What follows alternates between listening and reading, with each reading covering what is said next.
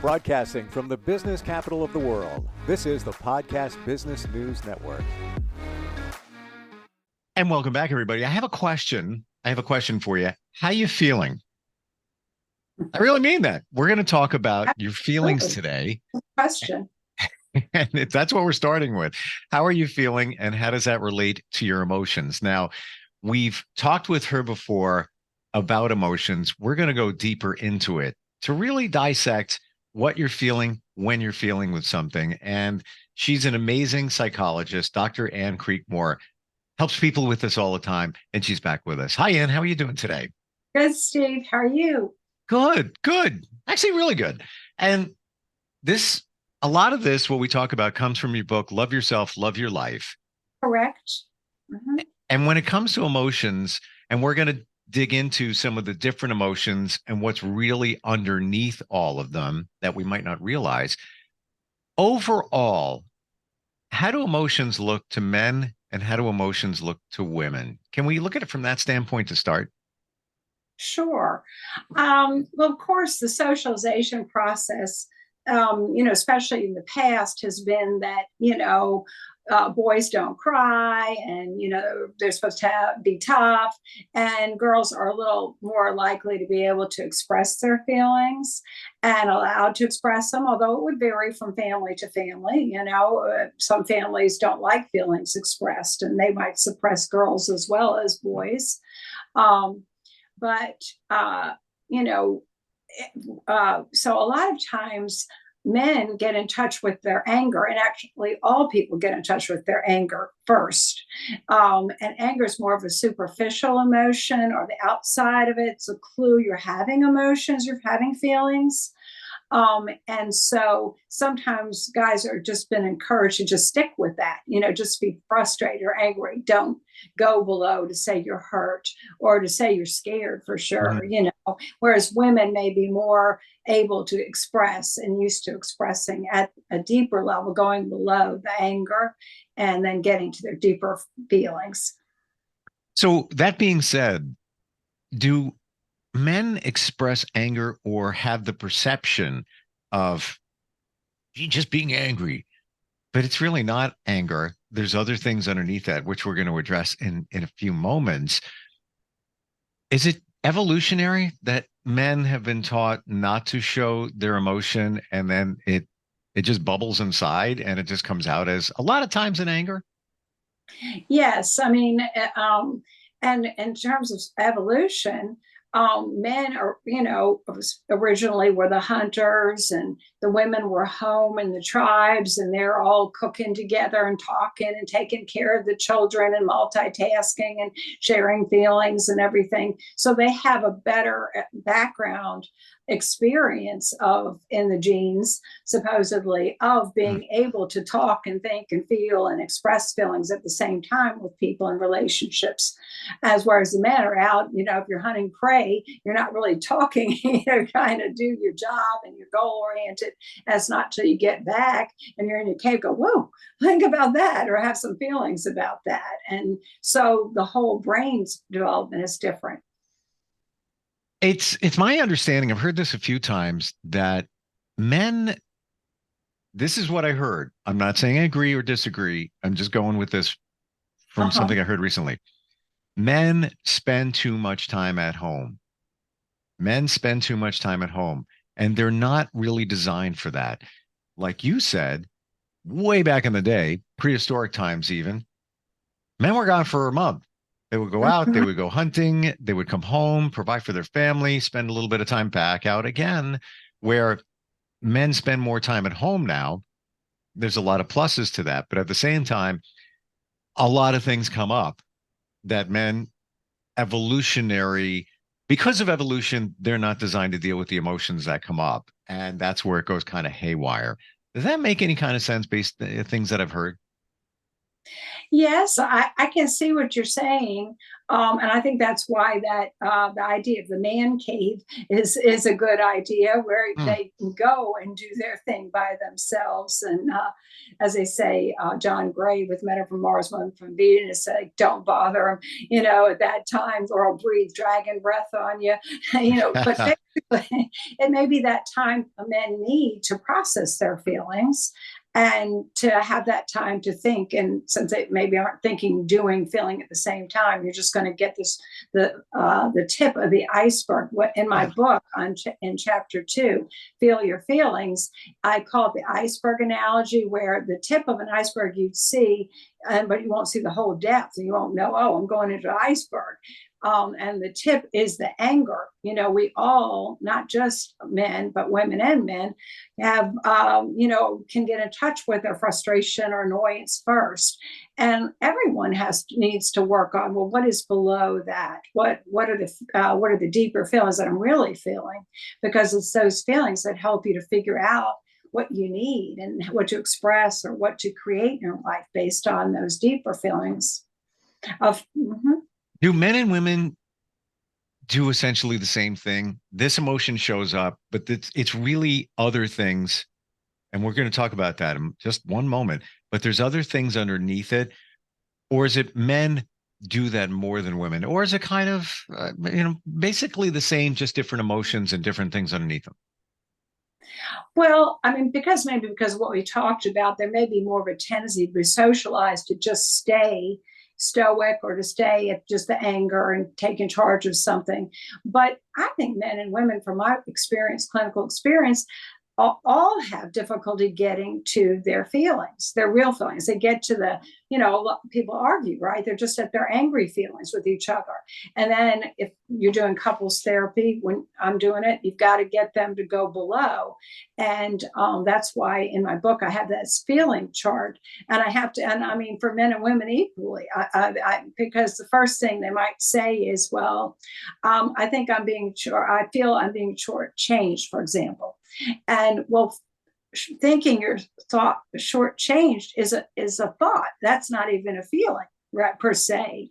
I mean, the feeling might be hurt, or it might be, feel inadequate or unappreciated. Those are some, but that thought, it's so the first thing a lot of people do will think of a thought, and then you have to go, okay, well, let's look at the feelings underneath. We don't want to just do the anger. We already know you're angry, and that gave you a clue. So you got feelings. Let's go below to sad type feelings, or scared or afraid, anxious type feelings. And you have the book there. I don't know if it would be worth holding it up, the chart. I don't know when it could see anything of it, or you want to refer to something in it or say what's on there. Or, Yeah, I wish it's a long list of feelings. It's a long list. It's not going to display well here. Okay. Yeah. But why don't we pick one Okay. and what's underneath it? So let's take a look at what's below being afraid. Okay. So Perfect. Because that's the ultimate under most everything, even under, anger and then sad. But afraid is really the bottom of it, of most emotional feelings that are difficult, negative feelings. So when we say I'm afraid of what's going to happen when I go to work tomorrow. I'm afraid of that medical test, whatever it might be. Yes. It could be these things. So fearful, frightened, nervous, anxious, scared, insecure, terrified, shy, apprehensive, ill at ease, shocked, inadequate, and jealous. Is afraid an actual emotion? Yes. Fear is, well, it's fear. Fear. Mm-hmm. Okay. Mm-hmm. Oh, interesting. Mm-hmm. Um, let's go with this one. Let's flip it over to let's do a 180. Mm-hmm. Love, also known as Mm-hmm. happiness.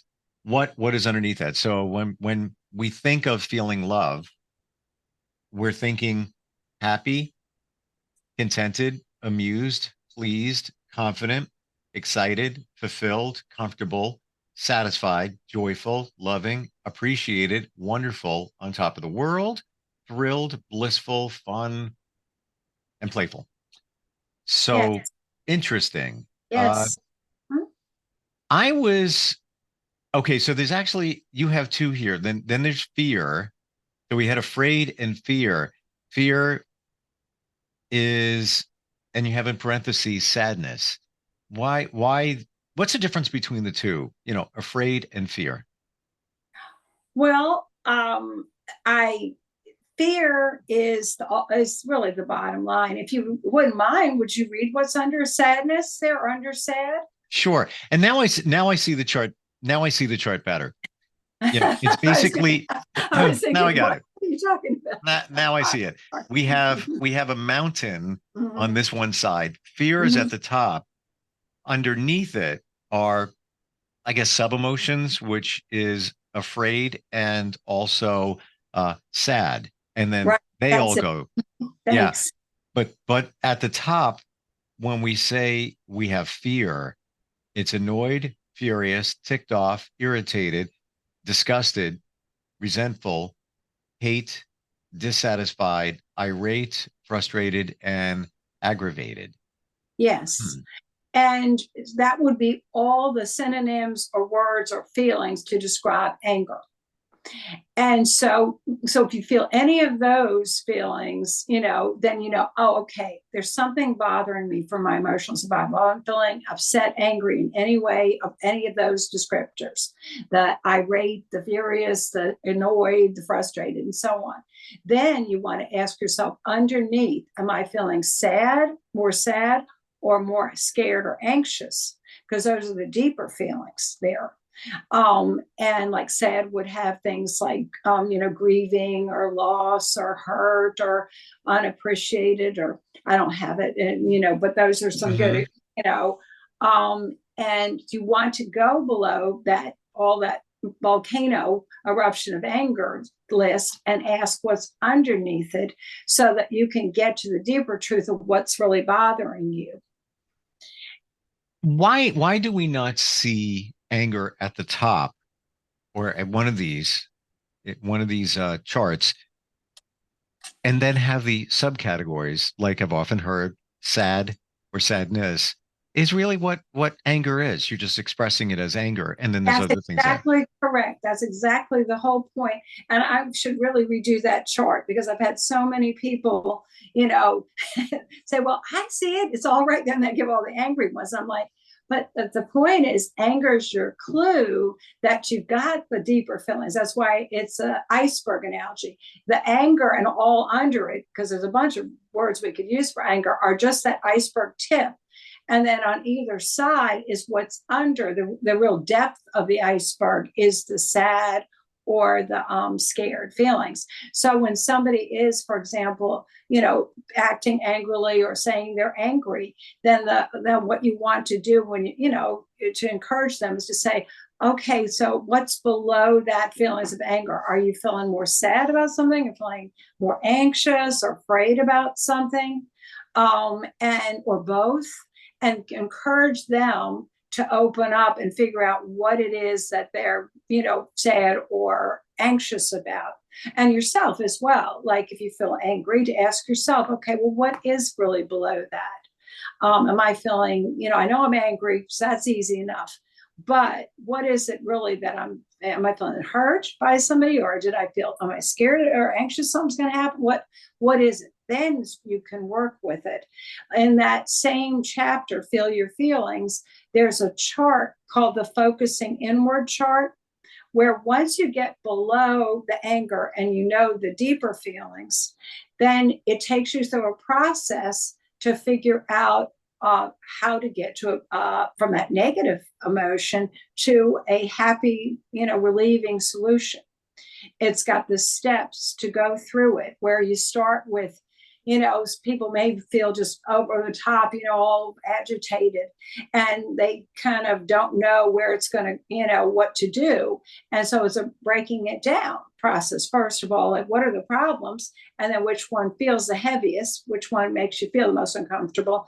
And then asking, well, what are my real feelings under the anger or frustration? What am I sad, or am I worried? Am I feeling inadequate, or what are the deeper feelings? And then you take that feeling and put it in a visual image so that you really get a feeling of what it is. and like, I'm feeling really anxious, like I'm a roller coaster top thrown around would be a visual image. And then you ask, well, why do I feel that way? What's the worst of it?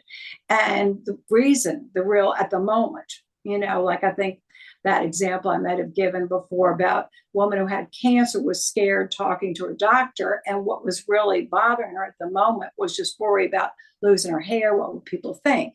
So once you get to what the straw that's breaking the camel's back, you can then say, well, okay, will be some solutions to this. If I'm worried not about dying from cancer, I'm worried my hair falling out, what's going to be like, then you can talk about it with your friend, or in this case with the doctor, and say, well, here, they love this place. They got great wigs and hats and bandanas and things. People go over there. And then she felt better.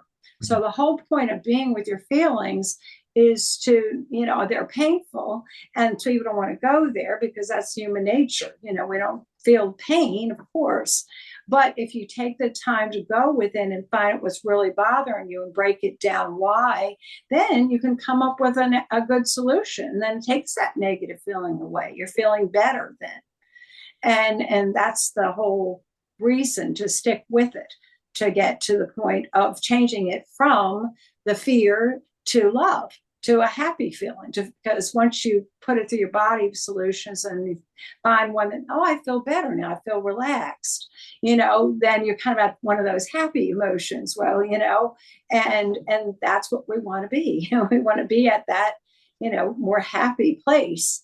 But we have to sometimes take that time to go process it within ourselves to get to that, to get to the solution that will feel relaxed and happy. Is it a bad thing for somebody that has experienced a lot of different trauma, relationship issues, all of that, right, and has gone through a lot of, they went through the emotional tidal pool, absolutely, yeah. They've gotten to the point where they don't let things bother them anymore. And I'm going hypothetical here, but to the point where it's not worth worrying about things. It's not worth letting things permeate. They know that they can't control other people, which is life. You can only control how you react to things. Is it so bad to, and I'm going to describe this in the best way I can, for someone to just say, I'm not going to let it bother me. I'm not going to get all emotional. Yeah, I've got emotion. Yeah, I get a little upset sometimes here and there. But, for somebody that's gone through something, I guess, developed a thicker emotional skin. Is that such a bad thing? No, and like you say, what doesn't kill us makes us stronger, right? I mean, so they get to the point of this, this isn't halfway bad as what happened, and I lived through that, and I'm fine and stronger, and I even learned things, from it, and got through the grief and pain into the where you are now in a good place. And then you can kind of compare and say, hey, this isn't like, the end of the world I'm going through right now. Why am I going to get all, I'll get through it. If I got through that, I'd certainly get through this, and maybe take my feelings to a deeper level, find out what the particular problem at the moment's the worst and why, and well, what can I do to make that better, and not worry about it. In other words, I think there's a book called, for people with ADHD that may get distracted and not stay focused for responsibility. I think it's called something like Stop Worrying, Start Living. In other words, don't sit there and think about these things. Maybe just figure out and do something that, feels good to you, that puts you back in a happy place. And it takes care of whatever the little problem is that you got there. Hmm. I think this is so important that we talk about, because many of us just ignore it, or we don't even know what's going on. And everybody has a different description. What's happiness to you? Everybody would define it completely differently. What does happiness feel like? And where do you get happiness? What does it look like? Everybody's going to say something different. I even think, any emotion is going to be totally different for each individual. Right.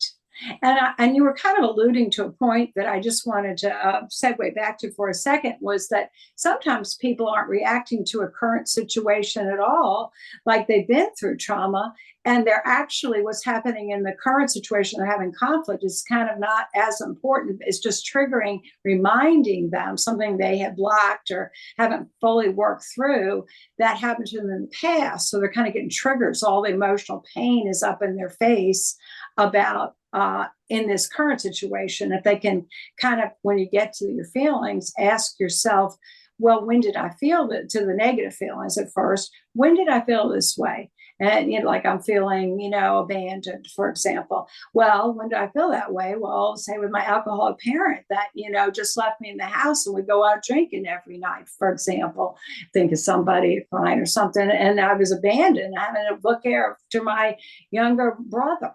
And, so there, when somebody maybe not, listen to what you just said, your spouse, all of a sudden that trigger of somebody, being abandoned and left is just in your face. If you haven't worked it through in therapy, done the group trauma work or the grief work, or however you can get through that, whatever, healing modalities help you to get that out of your system. You can just be stuck there and not be happy, because you just got all that pain that still needs to get released. Well, then there's that, that if you don't release it, you're going to have a problem eventually. Right. Exactly. And you can feel it bubbling up when situations come up, as much as you may develop that thick skin, the emotions are still sitting there. And Exactly. somehow, how do you work through them? Even if you've developed that thick skin and, the stuff is sitting within you, how do you work through it? Is it through therapy? Is it through talking about it? Is it through just when you feel you got to cry, get it out? Exactly. All of the above. Mm. And there's specific therapies that, for trauma, that's like an incident, post-traumatic stress, like incident, to do EMDR, to have it be kind of put in, not staying up in the corpus callosum and being constantly triggered, but be able to get processed in your system. And there's lots of ways to help you, and they don't even have to be any like catharsis, extreme catharsis, feel the pain again kind of things. I mean, hypnosis can help you to get back to love and trust, just to remind yourself who you really are, that you're, good and love and innocence, and get back there. You can do regressions in the hypnosis to kind of have it reenact and healed stuff that you don't, but you can, if you have dissociation, which a lot more people than we realize do, to give them the actual dissociative experience, the scale, you find out, I find out like 30% of the people are on that spectrum, not at the high level of the spectrum, with a complete blackout between alters, but, that they do have modes. And sometimes you go within, you find out that's the case, and you actually have to kind of go to different parts of yourself to have it expressed and bring those parts up to the present, even age progress with hypnosis. So, and then get different jobs. They're not having to live at home anymore where they're with an abusive alcoholic parent. They have to kind of be brought up, that part, the child part has to be brought up to realize, wait a minute, I'm living in a good situation. I'm independent, I'm grown, look at me, and I have a nice spouse and everything is good. But, and so that you can get a different job. You don't always have to be on edge. Sure. And defensive, like something bad's going to happen to you. All this stuff's so important, and hypnotherapy is amazing. Have experienced myself a number of times, but I don't believe you can do just that. You need to do counseling and a therapist.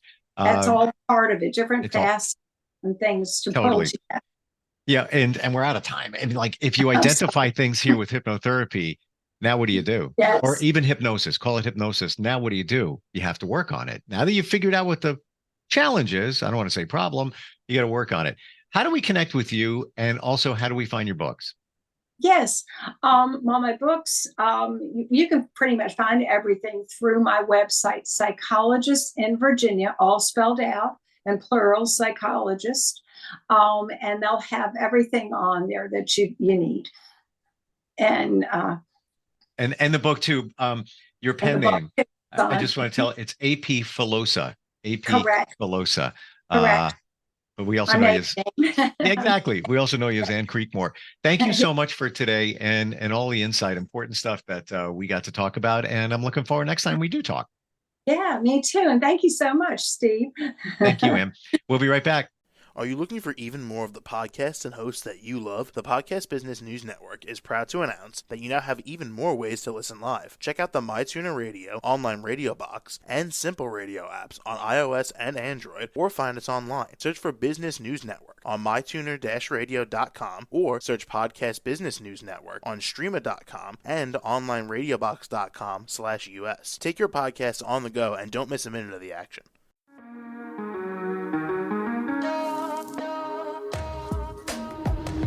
Broadcasting from the business capital of the world, this is the Podcast Business News Network. For nearly 2,000 severely injured veterans, everyday life has become filled with barriers. Day-to-day simple tasks can become pretty daunting. I have to carry my chair up 2 flights of steps or have somebody do it for me. What scares me the most is just the falling.